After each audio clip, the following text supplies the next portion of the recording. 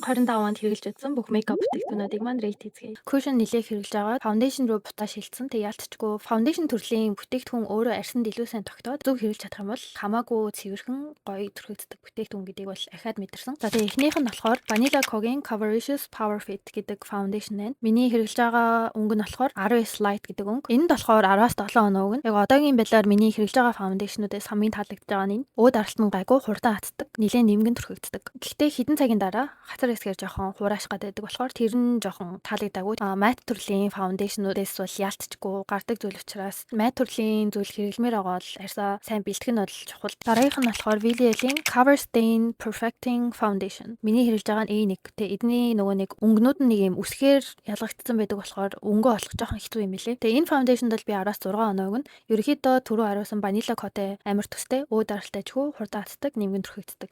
Тийм гэхдээ надад Vanilla Co нэлээд юм шиг санагдсан. Өөд даралт нь ч гэсэн арай жоохон сайн байгаад байгаа юм шиг санагдсан. Тэгээд энэ ер нь бол солонгос хүмүүс амар их хэрэгэлдэг алдартай foundation юм байлээ. Миний нимгэн төрхөгдөж байгаа гэж хэлж байгаа шалтгаан нь болохоор би дандаа ийм spatula-гаар энэ нарийнхан нимгэн төрхдөг. Ер нь foundation төрхтэй ийм spatula эсвэл ийм нарийнхан төрлийн brush-аар төрхвөл foundation-ы хамаагүй нимгэн тэгээд цэвэрхэн төрхөн. Тэгээд дээрэс нь бүтээгдэхүүн ч гэсэн хамаагүй их хэмнэгдэг болохоор ингэж төрхээрэй гэж зөвлөе. Одоо texture-ээс шалтгаалаад ямар төрлийн brush хэрэглэх стайл нь өөр эд юм билээ. Тэгээд миний энэ харуулсан болохоор яг matte foundation-удад хэрэглэдэг brush. Дараагийнх нь болохоор Estee Lauder-ийн foundation. Энэ болохоор ер нь бол баг солонгос яг matte foundation-уудын баг яг нэгтэн явдаг foundation. Тэгээд амар их солонгос influencer охтууд хэрэглэдэг. Тэгээ үнийн хувьд ч гэсэн бусад бүтээгдэхүүнүүдээс хамаагүй өндөр. Энэ foundation би 10-аас 8 оноо өгнө. Хурдан хатдаг яг өмнөх үзүүлсэн бүх бүтээгдэхүүнүүтэй адилхан. Тэгээд тогтцсон нь бол амар удаан. Тэгээд ер нь бол яг энэ видео мэдээллийн энэ бүтээгдэхүүнүүд болохоор тэр бүтээгдэхүүнийг дуурайгаад хийсэн гаргасан бүтээгдэхүүнүүд. Тэрний дараагийнх нь болохоор Hera-гийн foundation. Солонгос Estee Lauder-ийн foundation гэж хэлж болно. Оливийн ангид зарагддаг foundation-ыг бодвол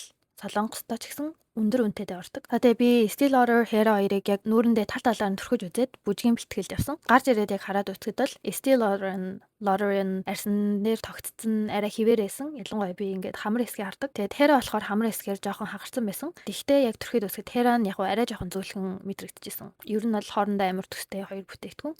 Гэтэ өө даралт тэгээд яг удаан арьсан дээр тогтдох чадвараараа болохоор Estee Lauder арай дээрээс юм шиг санагдсан. Одоо тэгээ туршиж үзмээр байгаа. Эсвэл туршиж үзээд таалагдсан эсвэл таалагдаагүй foundation-ууд байх юм бол comment хэсэгт хуваалцаарай. Дараагийн бичлэг дээр хэрэглэж үзсэн бүх нүдний бүтээгдэхүүнүүдийн талаар ярина. Тэгээ дэрийг олж үзэхэд follow хийгээрэй. Bye.